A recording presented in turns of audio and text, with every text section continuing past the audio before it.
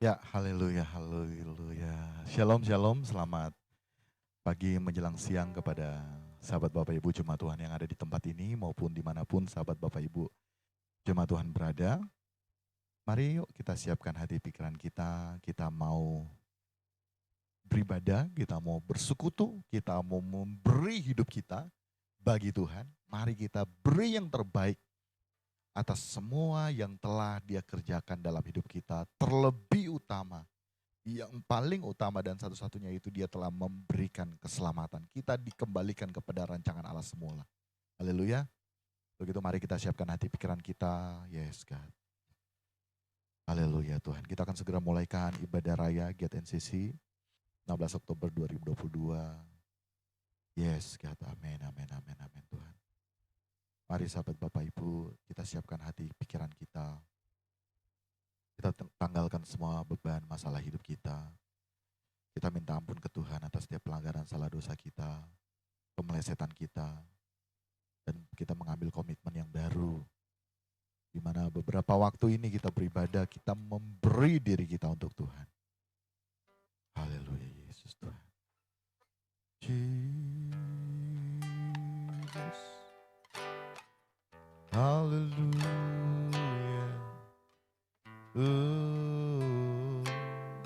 Haleluya. Ampuni kami Bapa, ampuni kami Tuhan. Oh, ampuni kami. Oh, ampuni kami, ampuni kami. Oh Jesus, ampuni kami ya Tuhan.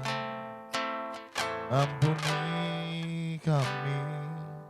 Haleluya Yesus Tuhan. Amin, amin, amin. Haleluya. Haleluya. Jesus, Jesus. Mari kita berdoa. Ya Bapa, kami menyerahkan ibadah raya GTNCC hari ini ke dalam tangan-Mu Tuhan. Kami mau daftarkan kepadamu dan kiranya ini menjadi agenda surgawi dan Kau berkenan atas apa yang kami lakukan. Beberapa waktu ke depan kami mau memberi hidup kami hanya untuk Engkau Tuhan. Kami mau memberi diri hidup kami kepadamu Tuhan. Haleluya, haleluya. Baiklah sahabat Bapak Ibu, terhubung lagi ya. Tadi kita selesai berdoa, kita telah membuka ibadah raya GTNCC saat ini, dan selanjutnya kita masuk pada pujian penyembahan kita, dan sebentar kita akan diberkati oleh kebenaran firman Tuhan. Saya serahkan selanjutnya untuk pujian penyembahan kita kepada pemimpin pujian.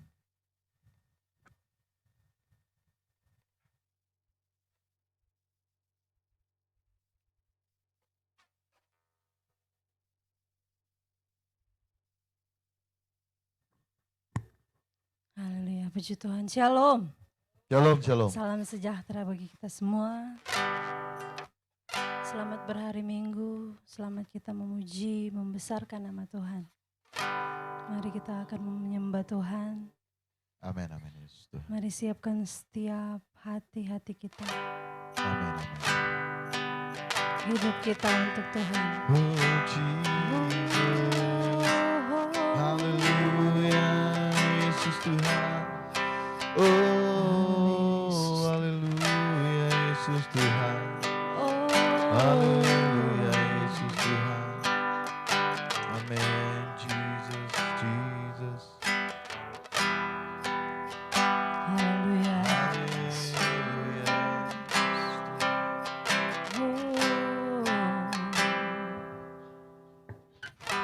Amin Jesus. Haleluya Yesus. Biar sambil duduk saja kita angkat pujian penyembahan bagi Tuhan.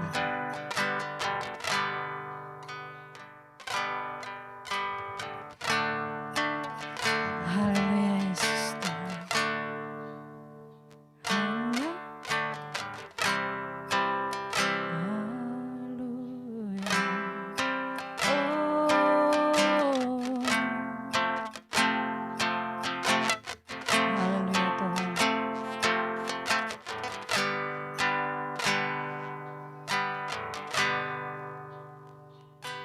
Jesus.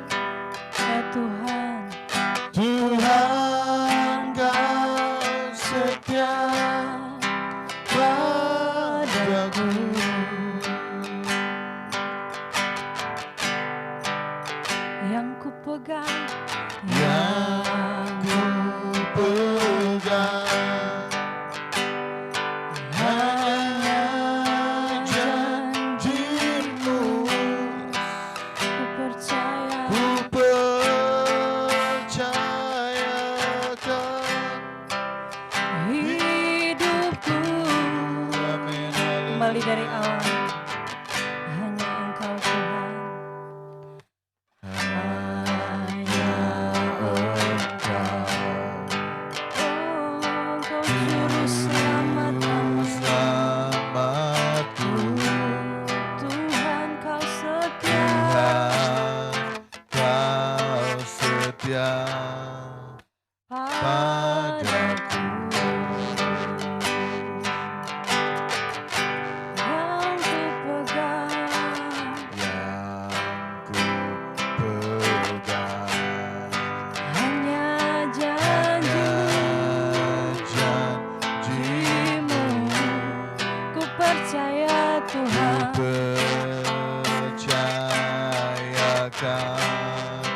Hidupku. Mari sambil bangkit berdiri, katakan, oh ku sembah Kau Allahku, Bapa dan sahabatku. Kau yang pedulikan seluruh hidupku.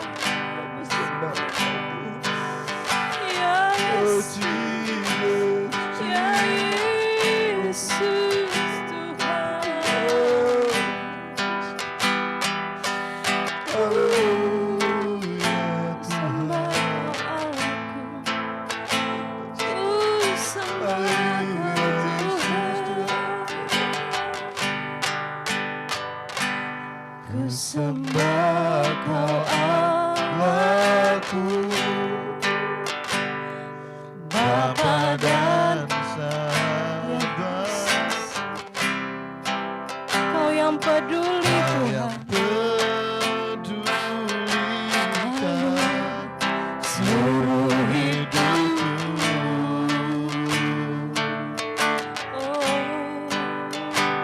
walau lewati lembah,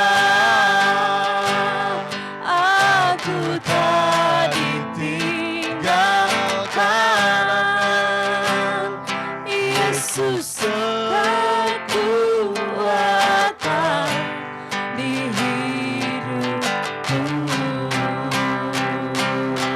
Sembah Tuhan, sembah Kau laku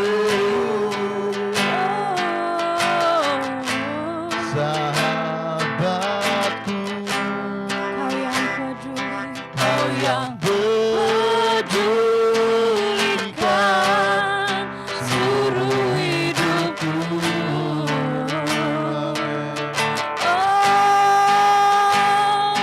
Walau lewati lembah, aku tak dibiarkan. aku tak ditinggalkan.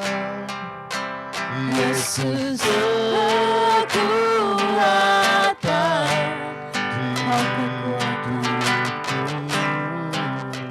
hidupku. Yesus kekuatan. Yesus kekuatan. Yesus kekuatan. Yesus. kekuatan.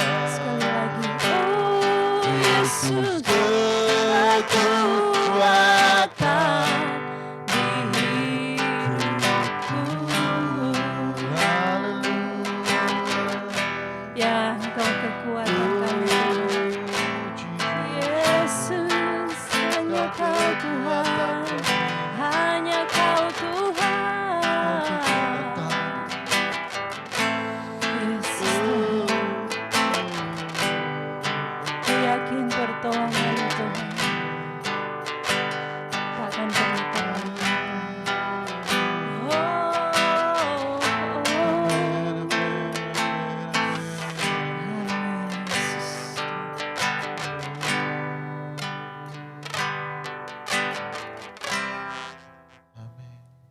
Haleluya.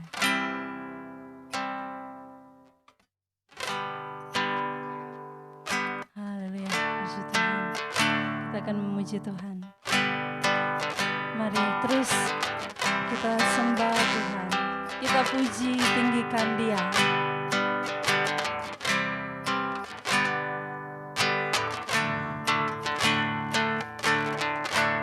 Haleluya.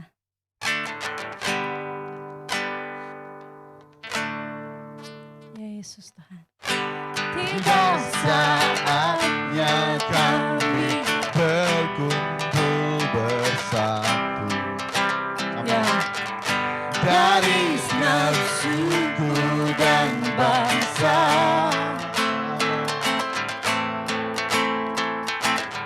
berdiri di hadapan tata anak domba. Satu suara, amin. Menyatakan Menyatakan, tiba saatnya. tiba saatnya kami berkumpul bersatu. Amin. Dari nafsuku dan bangsa,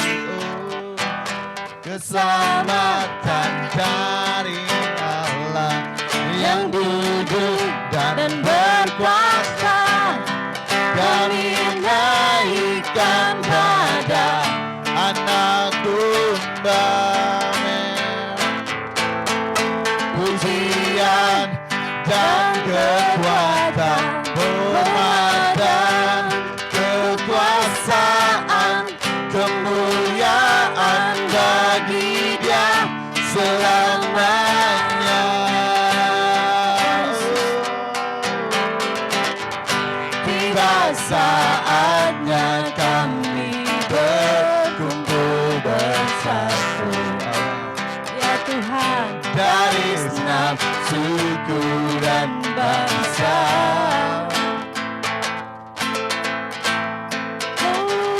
Berdiri di hadapan tahta Anak Domba, satu suara menyatakan keselamatan dari Allah yang duduk dan bertata. Kami naikkan pada Anak Domba. Pujian dan kekuatan, hormat dan kekuasaan, kemuliaan bagi Dia selamanya. Keselamatan bagi Allah yang duduk dan bertata. Kami naikkan pada Anak Domba. Pujian dan kekuatan, hormat dan kekuasaan, kemuliaan bagi Dia selamanya.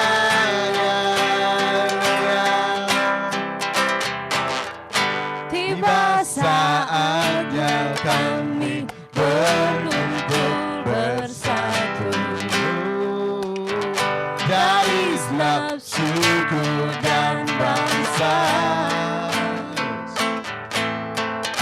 Ya, berdiri di hadapan tahta Anak Domba, satu suara. Amin.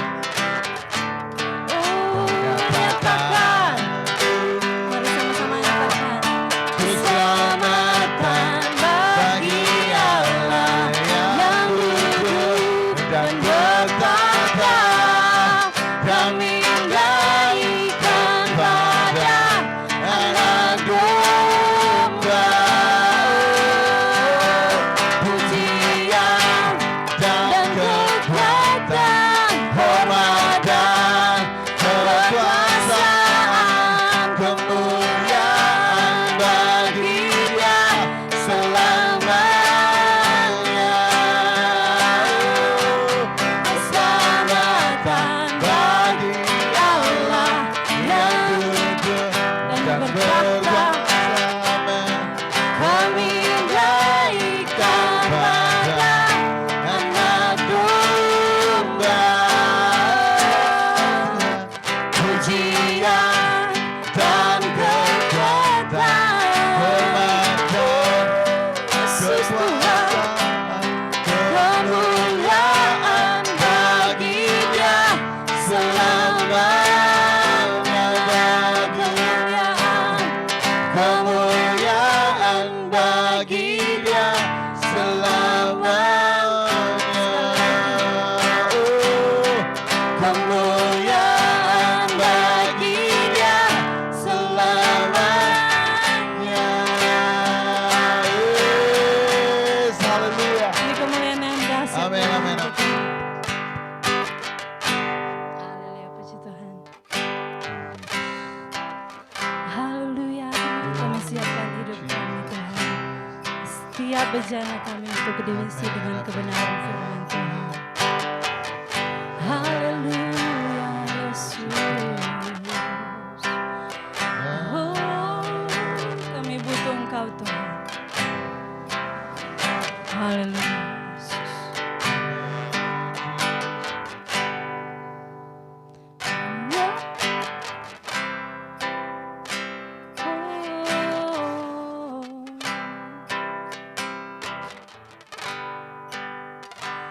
Haleluya. Terus di dalam hadirat Tuhan. Jesus, Jesus. Dekat kasih-Mu Bapa, jiwaku pun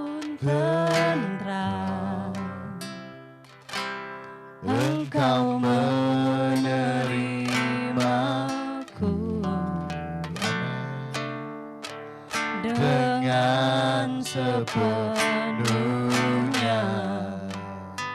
Walau dunia melihat rupa, namun kau memandangku sampai ke dalam kedalaman hatiku. Tuhan, inilah Tuhan, inilah yang ku tahu. Kau mengenal hatiku jauh melebihi ya Yesus semua yang terdekat sekalipun. Haleluya. Tuhan, inilah yang ku mau. Kau menjaga hatiku supaya kehidupan memancar senantiasa.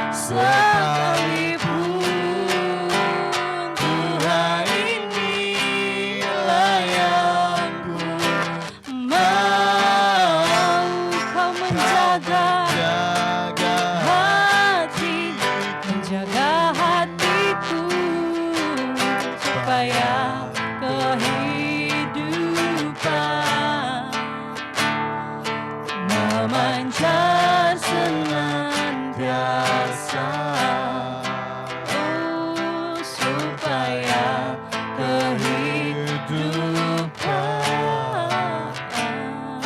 memancar senantiasa.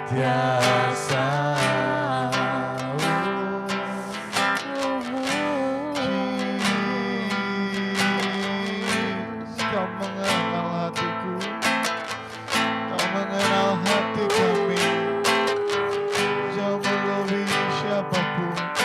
Haleluya Yesus. Oh, Ini kami Tuhan. Oh, hanya kasih-Mu Bapa, jiwaku pun tentram. isi Kau hati Tuhan kami. yang menerima aku sepenuhnya. Oh, ya Yesus, hanya Engkau Tuhan, hanya Engkau Tuhan, Yesus. Ya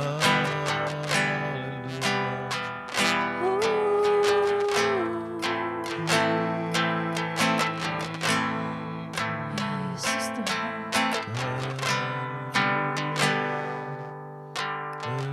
Mari Tuhan.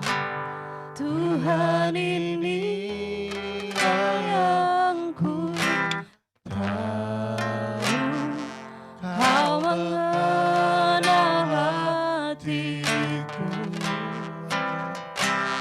jauh Jauh lebih semua yang terdekat sekalipun. Tuhan inilah yang ku mau.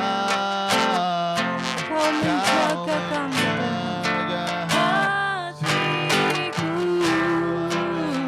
supaya kehidupan memancar senantiasa, supaya kehidupan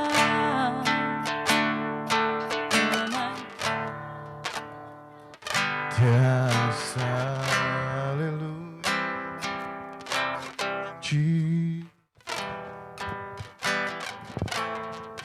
Haleluya Yesus. Tuhan silakan duduk sahabat Bapak Ibu. Cuma Tuhan dalam hadirat-Mu. Jesus Christ. Kita renungkan kembali pujian tadi. Apapun yang kita hadapi saat ini sahabat Bapak Ibu,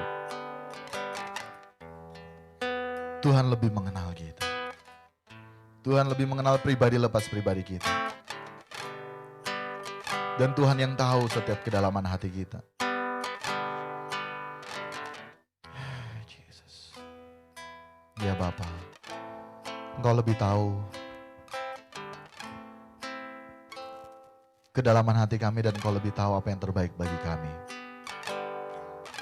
Yang walaupun tidak sesuai dengan ekspektasi kami sebagai manusia, tapi rancangan-Mu yang terbaik bagi kami. Dan saat ini kami mau belajar kebenaran-Mu. Bersuaralah bagi kami, berfirmanlah bagi kami. Dan nyatakan kebenaran-Mu bagi kami. Sehingga kebenaran itu mengubahkan kehidupan kami menjadi serupa dengan Engkau Yesus. Agar kami tetap kuat di tengah dunia ini yang semakin bergejolak, semakin tidak pasti. Kami semakin pasti dalam Engkau Tuhan. Sampaikan apa yang menjadi isi hati-Mu bagi kami. Melayakan kami untuk mendengarkan suara-Mu saat ini. Berbicaralah bagi kami Bapa. Berbicaralah bagi kami. Siap kami untuk mendengarkan suara-Mu Tuhan. Di dalam nama-Mu Tuhan. Yang siap sama-sama kita katakan. Amin, amin. Puji nama Tuhan. Haleluya. Shalom. Haleluya. Puji nama Tuhan.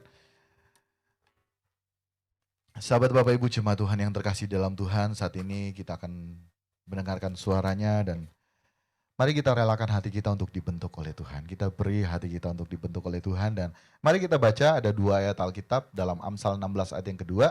Setelah itu Amsal 21 ayat yang kedua. Amsal 16 ayat yang kedua dan Amsal 21 ayat yang kedua. Kita baca bersama yuk, di tempat duduk juga enggak apa-apa.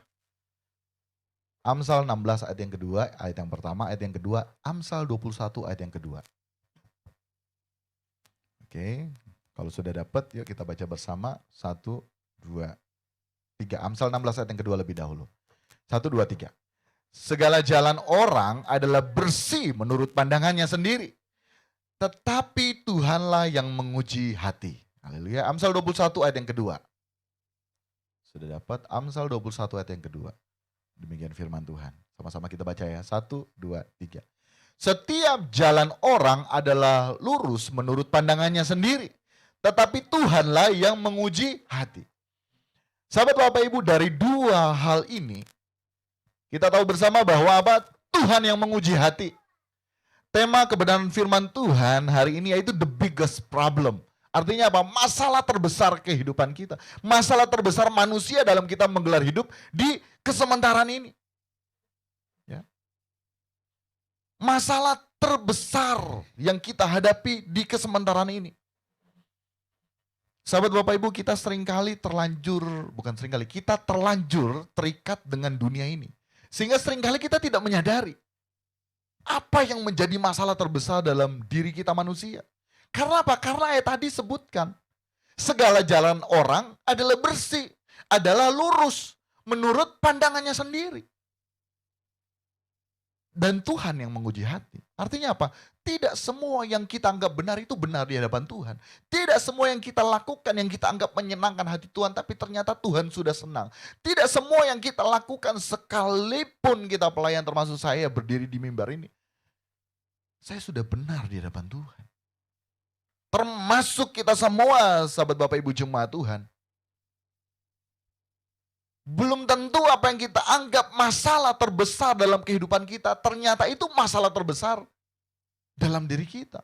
Nah, ini kita harus jujur di hadapan Tuhan. Yaitu apa? Kita manusia seringkali menganggap masalah-masalah lahiriah itu paling besar. Sakit sedikit, cari Tuhan minta disembuhkan. Sakit karena hidup yang tidak bertanggung jawab, cari Tuhan minta disembuhkan.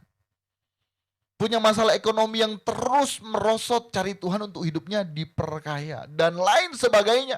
Semua masalah-masalah lahiriah yang kita hadapi, kita maunya apa? Instan untuk diberi solusi. Dan solusi yang tepat yakni apa? Memperalat Tuhan. Jadi kita cari Tuhan. Kita peralat Tuhan. Untuk kita apa? Mendapatkan jalan keluar atas setiap masalah yang kita hadapi. Dan kita menganggap bahwa masalah-masalah lahiriah yang kita hadapi saat ini, sering kan kita mendengar, kayak kita sharing dengan teman kita cerita. Betul gak? Kayak kita cerita dengan teman-teman curhat ke kita. Setiap kali kita dengar curhat orang, kita merasa bahwa karena sampai dengan masalah jauh lebih besar daripada masalah yang kita hadapi. Betul gak? Betul gak?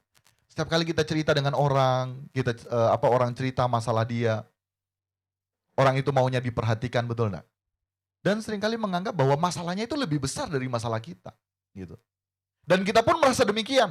Kenapa masalah enggak sebanding dengan masalah yang kita hadapi, betul enggak? Dan akhirnya kita ujung-ujungnya apa? Membandingkan. Kenapa masalah enggak lebih besar dari masalah kita?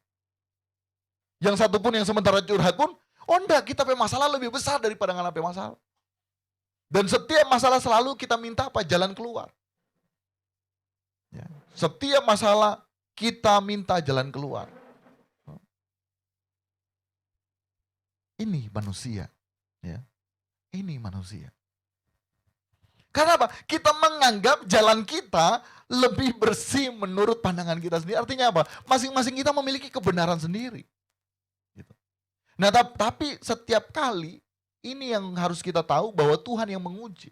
Melalui kebenaran firman Tuhan diuji. Betul enggak pandangan orang ini? Betul enggak masalah yang terbesar yang kita hadapi sebetulnya adalah masalah-masalah lahiriah. Nah, ini kita uji. Amin. Kita uji di hadapan Tuhan. Ya. Kita uji di hadapan Tuhan.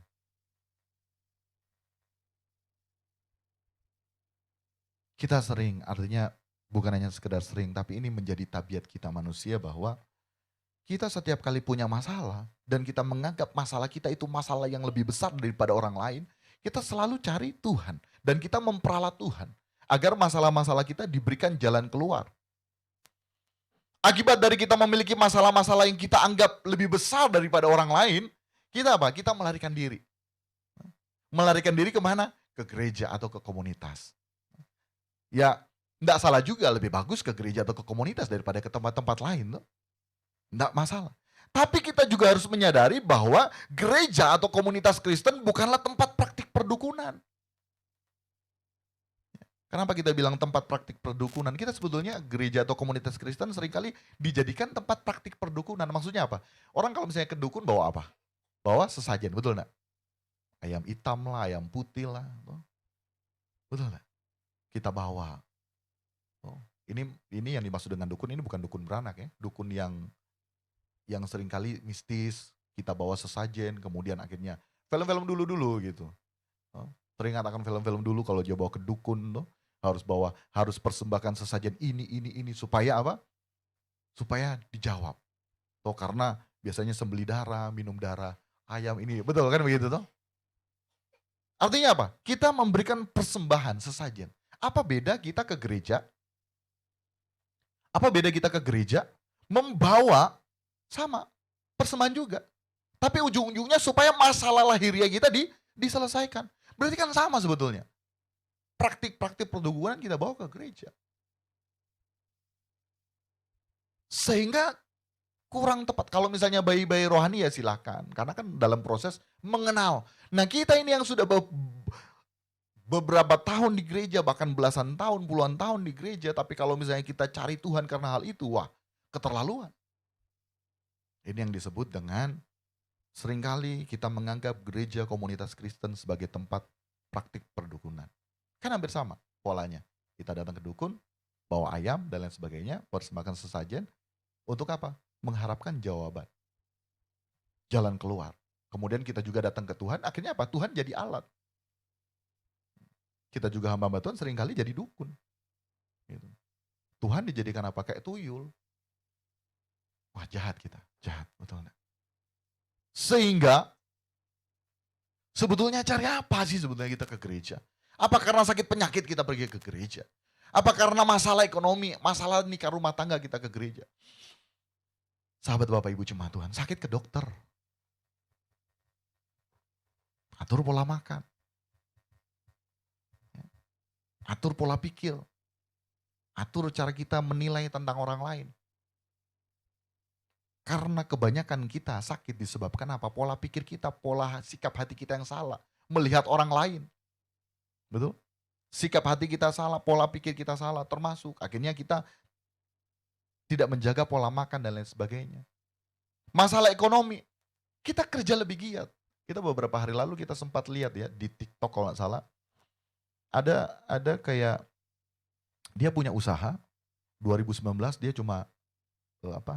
cuma digaji per harinya 60.000 kayak di tukang ayam begitu. Taruhan-taruhan ayam dan lain sebagainya. Kemudian tahun 2022 dia sudah jadi komisaris satu perusahaan yang besar. Dan memiliki banyak intinya memiliki banyak uang. So ada inilah, so ada itulah begitu. Tapi yang menarik kita yaitu apa? Jargonnya. Jangan ngatur Tuhan. Mau kaya, kerja keras. Amin. Dan minta maaf kalau tidak salah ya, agamanya bukan Kristen. Jangan ngatur Tuhan, mereka tahu. Nah ini seharusnya menjadi apa ya? Menjadi peringatan buat orang, termasuk menjadi tamparan harus buat orang. Kita seringkali mempergunakan Tuhan supaya kita kaya, kita sukses, berhasil menurut hal-hal materi dunia ini. Sukses dunia ini, mau dipandang dunia ini. Tapi kita kayak ditampar, wah mantap juga ini. Nggak kenal Tuhan. Tapi jargonnya jangan ngatur Tuhan. Karena dengan dan tanpa kita sadari kita seringkali yang ngatur Tuhan, amin. Jujur kita. Sehingga beberapa waktu yang lalu, kemarin atau kemarin dulu kita sempat status kiranya memberkati bahwa apa? Kalau rancangan Allah mau digenapi dalam hidup kita, maka sebagian besar atau bahkan seluruh rancangan pribadi kita itu Tuhan gagalkan. Tanggap? Karena seringkali apa? Ayat tadi bilang dalam Amsal. Kita ini seringkali merasa benar menurut pandangan kita sendiri. Dan Tuhan itu menguji hati kita. Sehingga sejatinya kita datang ke gereja bukan karena hal-hal lahiriah kita. Masalah nikah rumah tangga, ya masing-masing kejar kekudusan. Jangan lihat kekurangan pasangan kita. Lihat kekurangan saja kita yang belum dapat dinikmati oleh pasangan kita. Jadi masalah sakit penyakit, ekonomi, masalah nikah rumah tangga, belum punya anak dan lain sebagainya. Jika kita hidup bertanggung jawab, maka semua ada jalan keluarnya. Karena apa? Karena banyak juga orang yang bukan beragama Kristen bisa menemukan jalan keluar atas permasalahan hidup yang kita juga hadapi. Mereka bisa. Kok kita orang Kristen lebay sekali? Betul enggak? Sedikit-sedikit kita cari Tuhan. Tapi bukan karena masalah terbesar yang sesungguhnya yang nantinya akan saya sampaikan. Tapi karena masalah-masalah receh. Kita seringkali datang ke Tuhan. Nah, kita seharusnya tahu di balik semua masalah yang kita alami sebetulnya hanya ada satu masalah terbesar dalam hidup kita. Yang kita seharusnya sadari. Bahwa apa? Selangkah jua maut adanya. Dan kita ini manusia dihembuskan nafas. Betul? Di Kejadian pada waktu Allah membentuk manusia, dihembuskannya nafas. Justru itu dalam perjanjian baru diingininya dengan cemburu roh dalam diri kita. Karena sejatinya itu hembusan itu milik Tuhan. Dan saat mati harusnya kembali ke Tuhan. Tapi tidak akan kembali ke Tuhan kalau misalnya kita tidak menyadari hal ini. Kalau misalnya fokus hidup kita hanyalah sekedar lahiriah kita. Mengejar materi dunia ini. Untuk itu saat ini kita kembali disadarkan bahwa ternyata masalah terbesar kita bukan lahiriah ini. Bukan materi dunia ini. Melainkan apa? Melainkan hidup kita di kekekalan nantinya. Di saat kita mati kita mau kemana? Itu yang harus kita perkarakan dari sejak hidup di bumi ini. Dan itu masalah terbesar kehidupan kita. Seperti tadi kita katakan, makan minum kita kerja keras. Dan saya mengatakan ini karena saya juga sementara mengalaminya. Amin.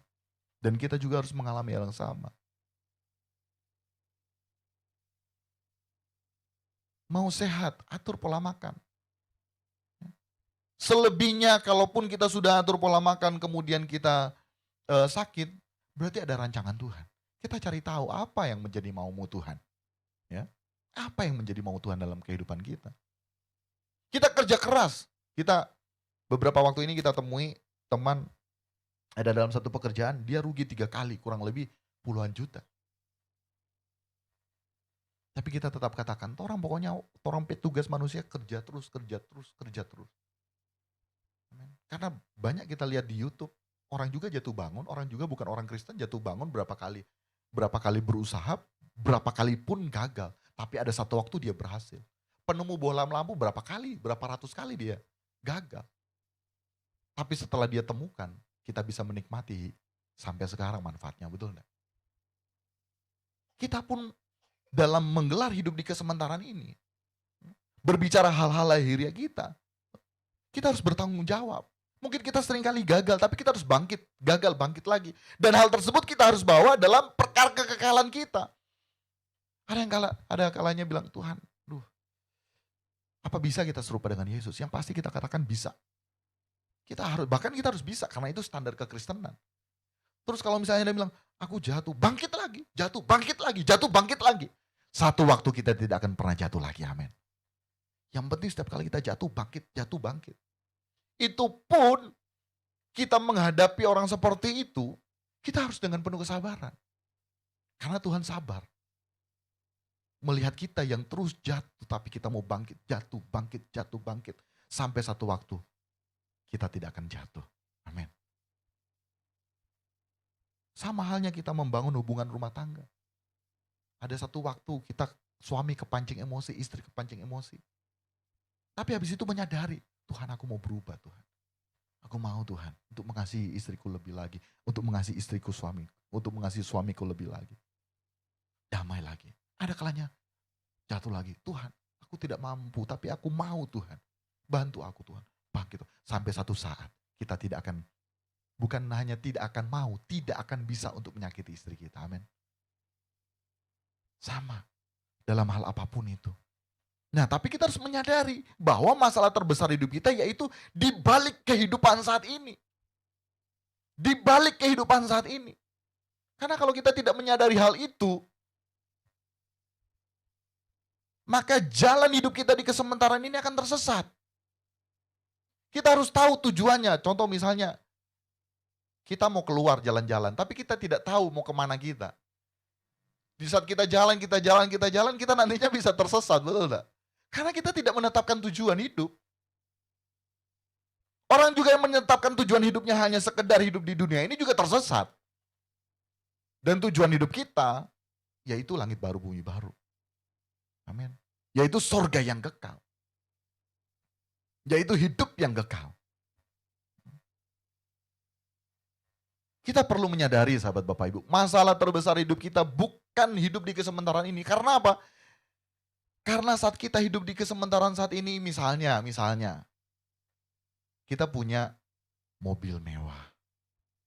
Kita punya pekerjaan yang bagus. Direktur sekalipun, atau jabatan yang prestis sekalipun. Kita punya apa lagi? Rumah mewah. Dengan kolam renang. Kita punya kebun, orang punya ini itu. Kamu mau tanya, orangnya gak mau tinggalkan itu? Orangnya gak mau tinggalkan itu? Pasti orang mau tinggalkan, betul gak? Karena orang mau mati, orang mau tinggalkan itu. Istri kita, suami kita, anak-anak kita, orang tua kita, orang-orang terdekat dengan kita, siapapun dalam hidup ini yang kita kasih, semua kita akan tinggalkan, betul gak? Kita akan tinggalkan. Apalagi perkara-perkara lahiriah. Sedangkan tegas firman Tuhan katakan, kumpulkan harta di sorga. Harta sebenarnya yaitu di sorga. Sehingga apapun yang kita hadapi saat ini, apapun yang yang menjadi pergumulan hidup kita saat ini, itu tidak sebanding dengan nanti yang akan kita terima di kekekalan. Untuk itu kita harus terbuka. Ya. Jujur menjalani hidup ini. Harta kita, jabatan kita, kehormatan kita sekalipun di dunia ini, semua kita tinggalkan. Sehingga ini pun menyadarkan kita bahwa apa? Orang mau bilang A, orang, padahal orang nak bikin itu. Orang mau bilang B, C, sampai Z sekalipun. Maka respon kita yang benar yaitu apa? Kita diam. Terserah orang mau bilang apa. Amin. Di tempat kerja, teman kantor yang lain sirik kepada kita. Kita tidak bisa hindari.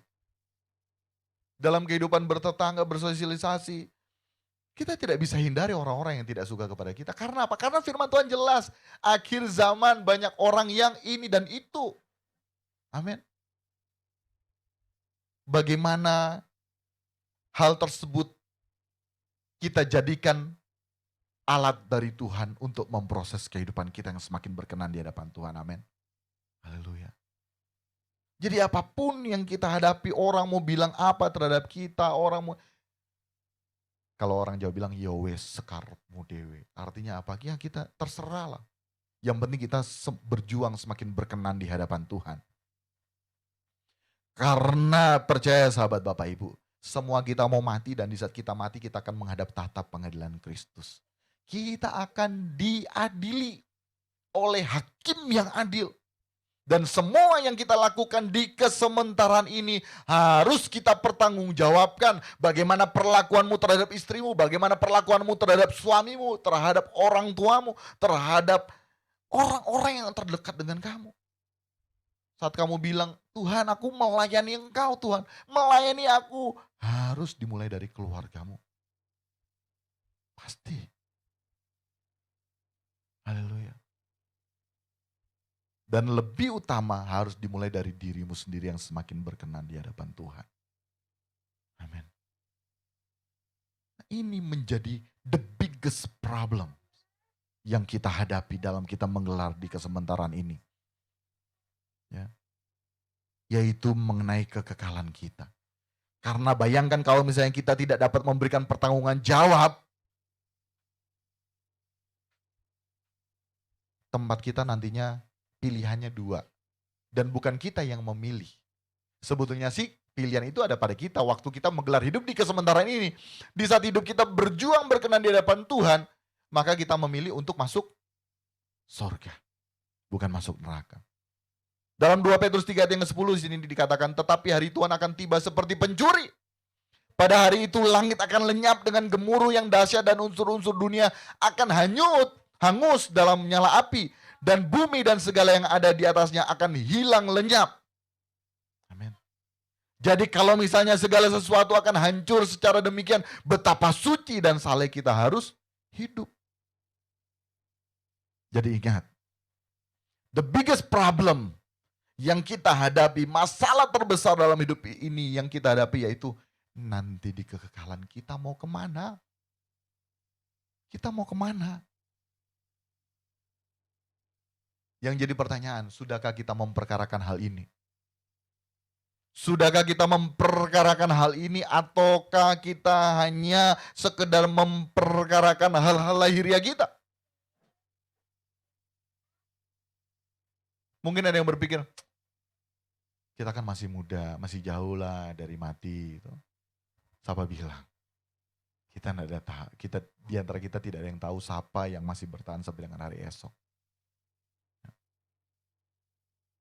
Tidak ada yang tahu. Ada seseorang yang sementara menjaga anggota keluarganya yang sakit di rumah sakit, tiba-tiba yang menjaga ini duluan mati. Banyak seperti itu. Ya. Beberapa waktu yang lalu, ada di dekat sini yang meninggal. Mendengar kabar, ada di rumah sakit ini meninggal. Nah waktu itu bersamaan ada ada seseorang yang masuk duluan rumah sakit. Kalau tidak salah kanker, pikirnya dia yang meninggal. Tapi ternyata orang yang baru masuk di rumah sakit yang meninggal. Karena sakit mah. Wow. Padahal orangnya baik dan lain sebagainya. Bukan main. Bukan main. Kematian bisa menghampiri kita kapan saja. Dan ingat sahabat Bapak Ibu. Saat kita tidak merencanakan kekekalan kita di sorga yang kekal, sebenarnya kita sementara merencanakan untuk masuk neraka, bukan masuk surga. Jadi sejatinya itu masalah terbesar kita. Untuk itu kita harus bersiap dari sekarang. Untuk itu kita harus berkemas sejak di bumi ini. Tapi dasar ya, menjadi penyakit manusia, yakni kodrat dosa masih melekat dalam diri kita, sehingga orientasi hidup kita masih untuk diri kita sendiri. Dan ini menjadi perenungan dalam diri kita. Masihkah kita hidup untuk diri kita sendiri? Ini menjadi peringatan buat kita semua, bukan hanya sekedar jemaat Tuhan, seluruh pelayan Tuhan juga. Menjadi peringatan bagi kita semua, masihkah kita hidup untuk diri kita sendiri?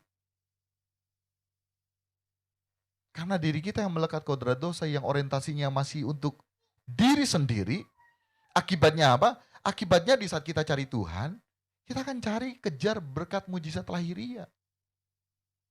Bukan berarti tidak boleh, sahabat Bapak Ibu, kalau mau saya saksikan, saya juga hidup dalam berkat dan mujizat. Tapi di saat kita fokusnya, orientasinya, kekekalan dan masalah terbesar kita, itu tanpa kita minta pun Tuhan kasih loh. Yang penting fokus kita yaitu di kekekalan, bagaimana kita mau merubah kehidupan kita untuk semakin berkenan di hadapan Tuhan. Haleluya. Sehingga kita harus benar-benar berjuang terus, memperkarakan keadaan diri kita yang belum berkenan di hadapan Tuhan. Sehingga kalaupun contoh kecil kita beribadah, karena kita mencari pribadinya. Kita mau mencari pribadinya dan mau diubahkan melalui kebenaran firman Tuhan. Karena percuma juga datang ke ibadah, memuji, menyembah Tuhan. Kayak tadi akhirnya terjadi praktik perdukunan. Ya, kita menyembah, memuji, itu kan sama dengan kita membawa sesajen. Tapi ujung-ujungnya supaya kita mendapatkan kelepasan daripada masalah-masalah yang sebetulnya bukan masalah terbesar dalam diri kita. Sehingga apa beda kita pengikut Kristus yang rajin ke gereja, menyembah Tuhan, yang bertujuan sama juga dengan orang-orang yang cari dukun. Pergi ke tempat-tempat mistis untuk meminta ini dan itu, memberikan sesajen. Sama sebetulnya. Untuk itu kita cari Tuhan bukan karena hal-hal yang itu. Cari Tuhan karena kita mau cari kerajaannya. Cari Tuhan karena kita mau cari kebenarannya. Damai, sejahtera, sukacita yang dikerjakan oleh Roh Kudus. Amin. Kita seharusnya malu dengan Tuhan. Kalau kita masih datang ke Tuhan hal-hal tersebut. Karena apa? Karena kita yang mencari Tuhan karena hal-hal tersebut tidak mau berbenah diri. Betul enggak? Tidak mau berbenah diri. Karena setiap kali datang ke Tuhan fokusnya itu. Ditambah lagi dengan pengertian dan pemahaman, ya sudah pokoknya datang ke Tuhan minta apa saja, Tuhan akan beri. Tidak tahu dan tidak mengerti esensi juga dari kebenaran mintalah. Yang mana Tuhan mau kedekatan dengan Tuhan. Orang tidak mau merubah diri. Nah sejatinya di saat kita datang ke Tuhan, kita memberi yang terbaik kepada Tuhan. Kita pun memberi hati kita di saat Tuhan berbicara kepada kita untuk diubahkan Tuhan. Sekali lagi sahabat Bapak Ibu, kita berkaca dari bangsa Israel. Berkat mujizat apa yang bangsa Israel tidak terima, rasakan saat itu. Tetapi bangsa Israel karakternya semakin jauh. Sama juga dalam kehidupan kita sehari-hari. Yang orientasinya hanya sekedar berkat-berkat lahiriah, tidak menyadari bahwa ada satu masalah terbesar dalam hidupnya, yaitu saat kita mati, ada kekekalan, apakah kita di surga atau neraka, maka hidupnya akan dijalani terus-menerus berbuat tidak berkenan di hadapan Tuhan. Minta maaf, hidup misalnya kumpul kebo, merasa dirinya benar.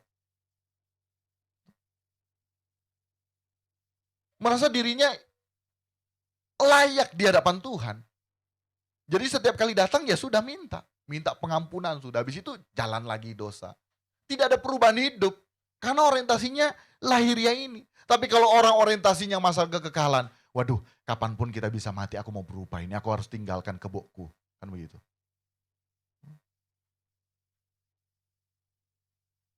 Haleluya. Atau apapun kehidupan kita yang suka marah, kita seringkali pribadi kita lucu loh. Kalau misalnya aku dapetin orang kemudian bilang, kita karakter kok begitu. So, boleh mau ubah. Ya, kalau begitu kemudian tidak bisa menjadi serupa dengan Yesus, sudah orang so tahu DP tanpa di mana. Jadi enggak usah juga mau berbantah. Haleluya. Capek juga misalnya menghadapi orang yang seperti itu. Padahal kita semua harus dibentuk Tuhan menjadi serupa dengan Yesus. Itu standar kekristenan. Walaupun kita masing-masing beda loh. Contoh misalnya kita dalam hal kesabaran kita misalnya lebih menang.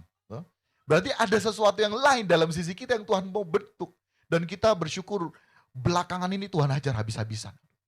Tuhan ajar habis-habisan. Nah tentu pergumulan kita beda dengan sahabat Bapak Ibu yang di tempat ini. Suami dan istri pun beda. Nah jadi serupa dengan Yesus itu di satu sisi kita ini menang dalam kelakuan yang ini. Di satu sisi kita kalah dan itu yang Tuhan akan hajar terus supaya kita menang. Amin. Misalnya suami istri melihat lelaki lain aman. Tidak ada ini, begitu mengasihi suaminya. Tetapi berani dia melihat tas, barang-barang yang mewah, apalagi di marketplace, wah sudah mulai jatuh cinta dan kemudian mengingininya. Oh kalau misalnya suami kuman dalam hal begitu di marketplace aman-aman, enggak merasa diingini. Tapi kalau misalnya melihat gadis, apalagi kalau misalnya cewek-cewek sekarang, wah bingung juga begitu dong, antara yang belum menikah dan yang sudah menikah bingung juga begitu. CDP cara pakai juga wah luar biasa. Kemudian timbul keinginan. Tapi bisa saja beda juga antara suami kita dengan suami orang lain. Suami orang lain tidak jatuh di situ, tapi melihat di marketplace, wah bisa lebih parah. Banyak gonta-ganti aksesoris motor, mobil, dan lain sebagainya. Kita enggak. Kita menang di situ, tapi kita ada kekurangan di lain. Nah, setiap kekurangan kita itu yang Tuhan hajar terus. Amin. Supaya kita kuat. Supaya kita berkenan di hadapan Tuhan. Kira-kira mengerti? Kita apa yang maksud? Jadi serupa dengan Yesus. Harus standarnya itu. Walaupun masing-masing kita beda prosesnya. Karena kita diciptakan unik. Amin. Ada yang lainnya bisa mengekang status di medsos. Betul? Tapi ada yang lainnya tidak bisa mengekang status di medsos. Nah, pergumulan orang itu yang belum bisa mengekang hidupnya di medsos, itu kekalahannya yang Tuhan terus mau ubah. Supaya dia tidak lagi status sembarangan di medsos. Amin. Jadi kita harus terus mengintrospeksi diri kita agar kita berkenan di hadapan Tuhan. Untuk itu orientasi kita dimulai dari orientasi kita. Jangan kita berorientasi cari Tuhan karena hal-hal yang lahiriah. Karena masalah terbesar hidup kita bukan itu. Itu masalah receh. Kalau misalnya kita bertanggung jawab dalam hidup ini, kita semua jalan keluar itu sudah ada. Tinggal kita menemukan bersama dengan Tuhan. Amin. Melalui perjumpaan pribadi dengan Tuhan. Karena banyak kita alami. Banyak kita alami. Yang kita kejar selama ini enggak dapat. Tapi setelah kita enggak kejar itu, kita fokus di hadapan Tuhan, mengejar hadirnya Tuhan, mengejar perubahan hidup dalam diri ini supaya semakin berkenan di hadapan Tuhan. Tiba-tiba dengan sendirinya itu Tuhan kasih. Itu loh. Amin. Contoh misalnya kita mama. Selama ini dia urus-urus BPJS Kesehatan enggak keluar-keluar. Dari mandiri mau coba pindah. Serta sekarang enggak urus, keluar sendiri. Apakah itu bukan mujizat? Dan setelah urus, sakitnya kambuh. Maksudnya setelah ada BPJS, sakit kambuh. Akhirnya bisa dipergunakan. Ini waktunya kan. Tapi selalu kita saling mengingatkan bahwa fokusnya kita kekekalan. Kalaupun sakit, kita berusaha bertanggung jawab. Berubah pola makan, lain sebagainya, ke dokter, dan lain sebagainya. Kurang ini itu kerja keras. Sama seperti tadi kita sampaikan. Rugi terus berapa kali, rugi. Kita bilang kerja keras aja. Tuhan tahu dan Tuhan melihat. Yang penting kita kerja keras. Bukan berarti Tuhan tidak turut campur tangan. Tapi Tuhan lebih peduli karakter kita. Amin. Dia lebih peduli karakter kita. Sehingga setiap kali kita pergi beribadah, orientasinya seharusnya yaitu apa? Kekekalan, kita mau diubahkan oleh Tuhan. Sehingga benar-benar kita harus hidup berkenan di hadapan Tuhan. Tidak ada yang lain. Tidak ada yang lain. Mulai dari pikiran dosa kita harus tanggalkan. Jadi di satu orientasi kita, yaitu kita tahu bahwa masalah terbesar dalam hidup kita yaitu kekekalan kita harus mau merubah diri, amin. Harus mau merubah diri. Yaitu dimulai dari pikiran kita. Pikiran dosa kita seringkali berasumsi, padahal asumsi kita itu salah loh. Betul enggak? Contoh kita seringkali berasumsi terhadap suami kita. Karena mungkin kita tahu istri, kebiasaan suami kita seperti apa. Akhirnya sudah terpola dalam pikiran kita, suami kita seperti itu. Tapi melalui kebenaran firman Tuhan yang terus-menerus dikonsumsi, ini suami mau berubah. Akhirnya asumsi kita yang asumsi istri masih salah kepada suami, tetap terus-terus jalan padahal suami mau berubah. Nah suami juga yang mau berubah, ya abaikan saja asumsi daripada istri. Yang berdosa kan istri. Sama juga suami. Berasumsi terhadap istri. Contohnya begini. Kita suami tahu terlambat istri, setiap kali kalau misalnya melihat tawaran-tawaran di marketplace, mulai tergoda kalau misalnya ada yang baru. Nah, tertanam dalam pola pikir kita suami, tolong so tahu, paling kalau habis doi, pasti beli barang-barang online. Sehingga satu saat istri kita kehabisan doi. Di saat orang so kasih doi pak istri, kemudian istri kehabisan doi, kita so berasumsi duluan. Nah ini palingan karena barang online ini. Palingan karena barang online. Karena apa? Karena so ada mindset di dalam suami. Padahal istri ini mendengar kebenaran dan mau diubahkan.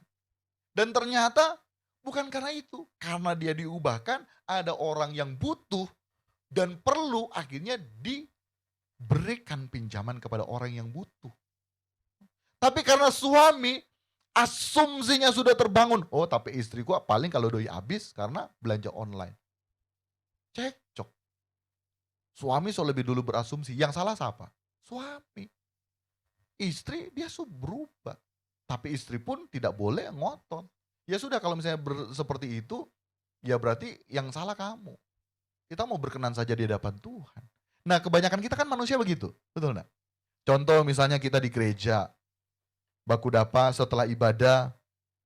Mungkin karena kita, misalnya ini, sehabis ibadah, mungkin karena kita sibuk ini itu, ada yang jemaat mau bahas apa, kemudian nih jemaat ini dia karena kita sibuk, kita so abaikan nih jemaat, akhirnya tuh jemaat, bukan main nih, Pak Pendeta ini dia. So nyak baku hargai kok. So mulai asumsi. Orang nggak tahu bahwa ternyata Pak Pendeta sementara apa misalnya. Atau misalnya orang ini sementara apa, orang itu sementara apa. Nah pikiran-pikiran dosa kita ini harus kita selesaikan, matikan dalam diri kita. Sehingga dalam Kolose 3 ayat 1 dan kedua di sini dikatakan karena itu kalau kamu dibangkitkan bersama dengan Kristus, carilah perkara di atas di mana Kristus ada duduk di sebelah kanan Allah. Pikirkanlah perkara yang di atas bukan di bumi. Jadi pikiran kita harus perkara di atas. Kita stop berpikir. Contoh misalnya kejadian seperti itu, istri kita habis uang, tapi istri kita sudah berubah. Kita stop dulu, kita mau belajar untuk stop memikirkan mendahului dari kenyataan sebenarnya. Amin. Haleluya. Dan belajar itu susah loh. Belajar itu, karena apa? Peperangan kita dengan iblis itu di pikiran kita. Peperangan iblis dengan kita itu di pikiran kita. Seringkali iblis memberikan tawaran-tawaran pikiran yang membuat kita salah, berdosa di hadapan Tuhan. Sehingga yang harus kita pikirkan apa? Filipi 4 ayat yang ke-8. Jadi akhirnya saudara-saudara, semua yang benar, semua yang mulia, semua yang adil, semua yang suci, semua yang manis, semua yang sedap didengar, semua yang disebut kebajikan dan patut dipuji, pikirkanlah semuanya itu. Kita mau berpikir positif terhadap segala sesuatu, amin. Termasuk apapun yang terjadi dalam kehidupan kita, kita harus tetap mau berpikir positif, amin. Kita harus berpikir dari sudut pandang Tuhan. Perkataan dosa yang selanjutnya yang harus kita tanggalkan. Mulut yang tidak perlu bicara, jangan bicara. Karena semua akan kita pertanggungjawabkan. Jari-jari yang tidak perlu status di medsos, tidak perlu kita status, apalagi kedapatan hamba Tuhan, pelayan di gereja, tapi statusnya kala-kala yang tidak pernah masuk gereja. Pernah atau kita hadapi? Karena kalau kita lihat Bapak satu ini jarang sekali jabat status, Pak. Jadi dia menang di situ. Ya kita harus akui. Kita harus akui. Tuh. Tapi lain lagi pergumulannya, betul nggak? Lain lagi pergumulannya, harus diselesaikan juga. Tuh. Lain lagi pergumulannya. Karena masing-masing kita dituntut untuk serupa dengan Kristus. Amin. Jadi perkataan kita, Efesus 4 ayat yang ke-29, janganlah ada perkataan kotor keluar dari mulutmu, tetapi pakailah perkataan yang baik untuk membangun, di mana perlu supaya mereka yang mendengarnya beroleh kasih karunia. Berarti apa? Kata-kata yang keluar dari mulut harus membangun. Nah ini juga ajaran buat orang semua, termasuk kita juga. perkataan-perkataan yang selama ini yang kita keluarkan, yuk kita koreksi diri. Sudahkah perkataan itu membangun? Atau lebih tepatnya kalau kita pakai bahasa, sudahkah setiap perkataan yang kita keluarkan, status yang kita status di medsos, Tuhan menikmatinya atau tidak? Kalau Tuhan tidak menikmatinya, jangan. Kita mau berubah, amin. Kita mau berubah. Lebih bagus perkataan-perkataan yang kita keluarkan membangun. Kalau tidak, lebih bagus kita diam, amin. Termasuk status di FB, di Twitter, di TikTok, dimanapun pokoknya di medsos lah, di medsos. Untuk berubah. Dalam Efesus 5 ayat yang ke-6 di sini dikatakan, janganlah kamu disesatkan orang dengan kata-kata yang hampa, karena hal-hal yang demikian mendatangkan murka Allah atas orang-orang durhaka. Ingat loh, kita semua harus memberikan pertanggungjawaban termasuk perkataan kita. Amin. Dan firman Allah jelaskan tegas, jangan kita mau disesatkan dengan kata-kata yang hampa. Kita pun berarti tidak boleh mengucapkan kata-kata yang hampa. Karena akan mendatangkan murka. Haleluya. Amsal 18 ayat yang ke-21, hidup dan mati dikuasai lidah, siapa suka menggemakannya akan memakan buahnya. Jadi itu berbicara perkataan. Selanjutnya perbuatan dosa kita harus bertobat. Yang berzina, yang ini dan itu. Yang sering menjatuhkan rekan kerja karena ingin cari muka. Dan kehormatan dari atasan berubah. Karena dalam Pengkhotbah 12 ayat yang ke-14, karena Allah akan membawa setiap perbuatan ke pengadilan yang berlaku atas segala sesuatu yang tersembunyi. Entah itu baik, entah itu jahat.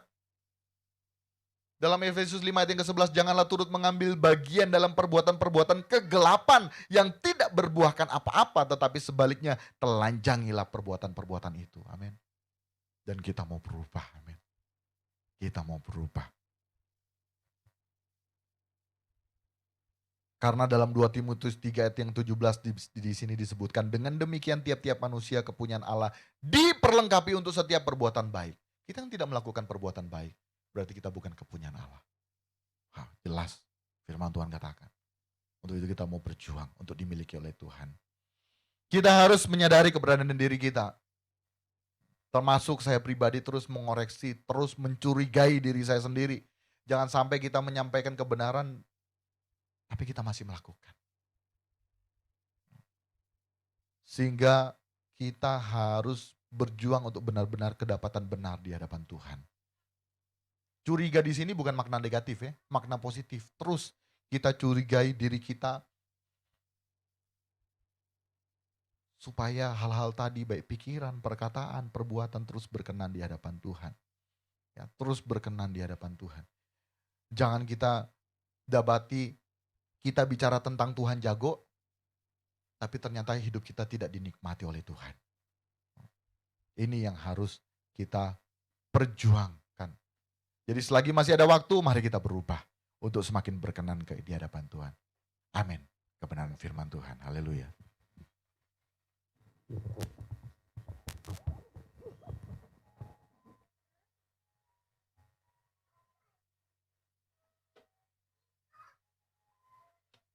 Haleluya, haleluya, haleluya Tuhan.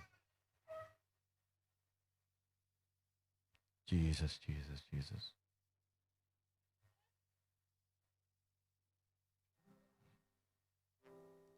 Haleluya Yesus.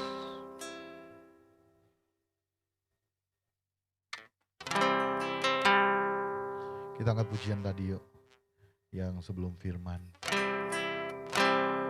Tuhan ini layak ku tahu, Kau mengenal hatiku,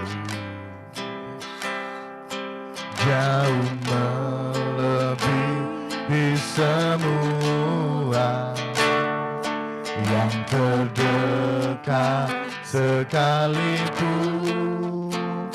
Tuhan inilah yang ku mau, Kau menjaga hatiku, amin, supaya kehidupan memancar senantiasa kuasa.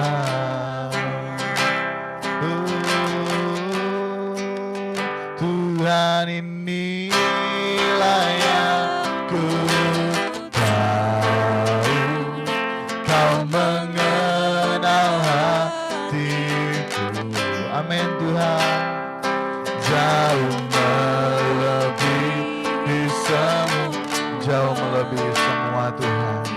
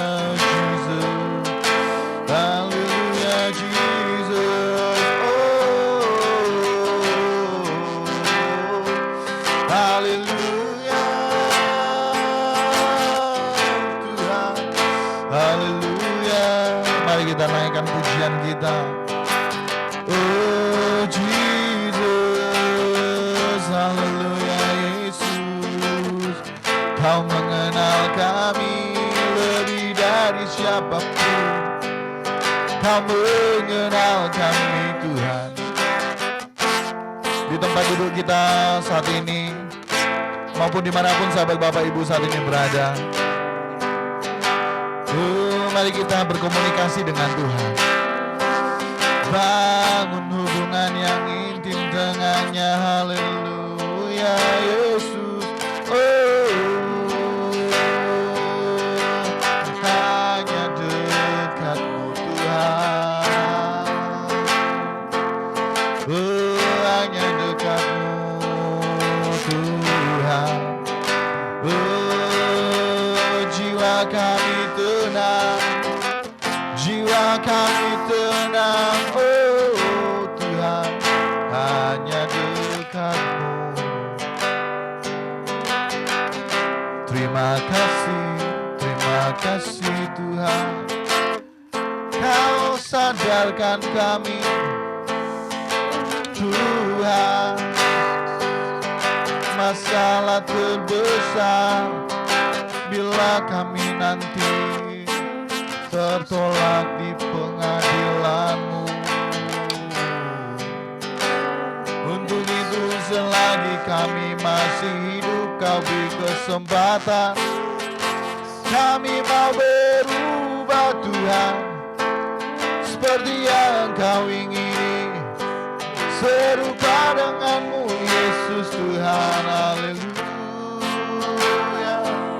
Oh Tuhan. Oh, saat ini juga Tuhan kami mau mengakui Tuhan, kami seringkali tidak sadar Tuhan, kami telah menyakiti-Mu Tuhan dengan kami menyakiti suami kami, istri kami, anak-anak kami, orang tua kami. Ampuni kami ya Tuhan, ampuni kami ya Tuhan. Kami mau berubah Tuhan. Oh, kami mau berubah Tuhan. Untuk itu kami mau merelakan diri kami, hajar kami, didik kami Tuhan, agar kami menjadi seperti apa yang Kau ingini Tuhan. Haleluya Jesus.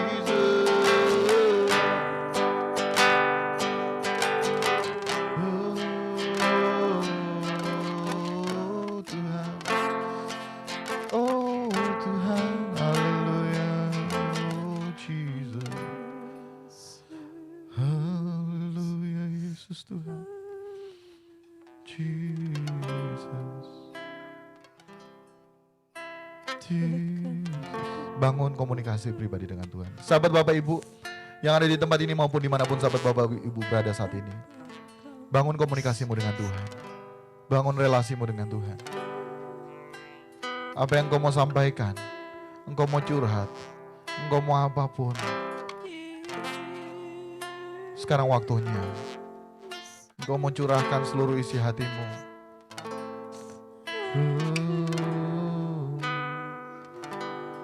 Tapi mari sahabat Bapak Ibu, kita bertumbuh dewasa di dalam Tuhan.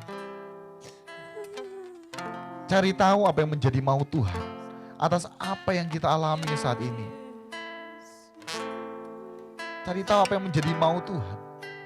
Karena dalam segala hal Allah rindu mendewasakan kita. Haleluya. Jangan kita melihat dari sudut pandang kita, tapi mari kita belajar melihat dari sudut pandang Tuhan terhadap diri kita. Karena hidup kita hanyalah pengabdian kepada Tuhan.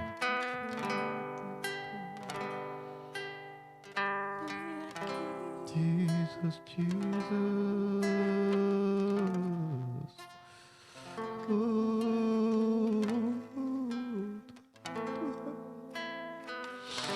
Ya Bapa, mampukan kami.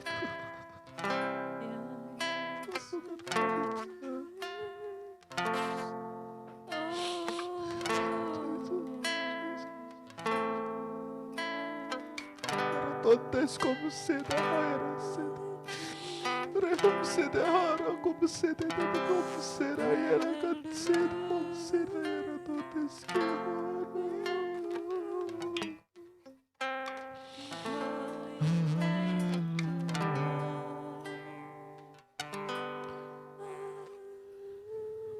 Bapak, Bapak, Bapak, ampuni Tuhan setiap kelalaian kami, kemelesetan kami, ketidakdapatan kami Tuhan. Ampuni kami Tuhan atas setiap kemelesetan kami, ketidaktepatan kami Tuhan.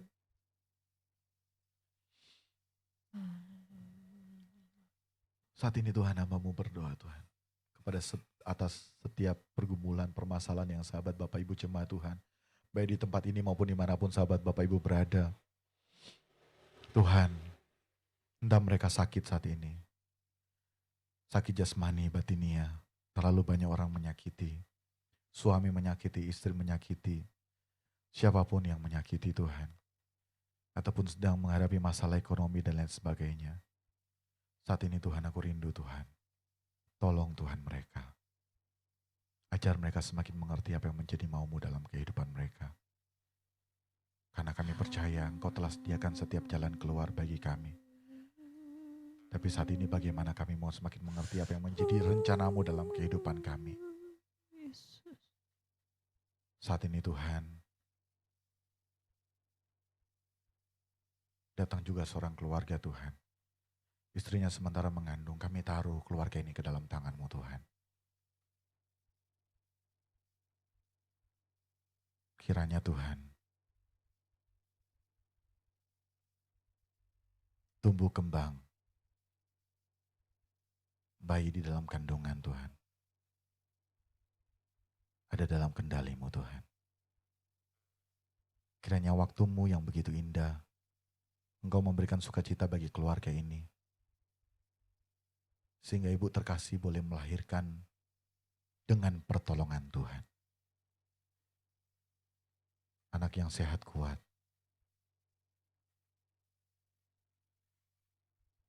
Anak yang membanggakan orang tua, terlebih membanggakan Engkau Tuhan. Di dalam nama-Mu Tuhan kami taruh. Suami istri ini Tuhan.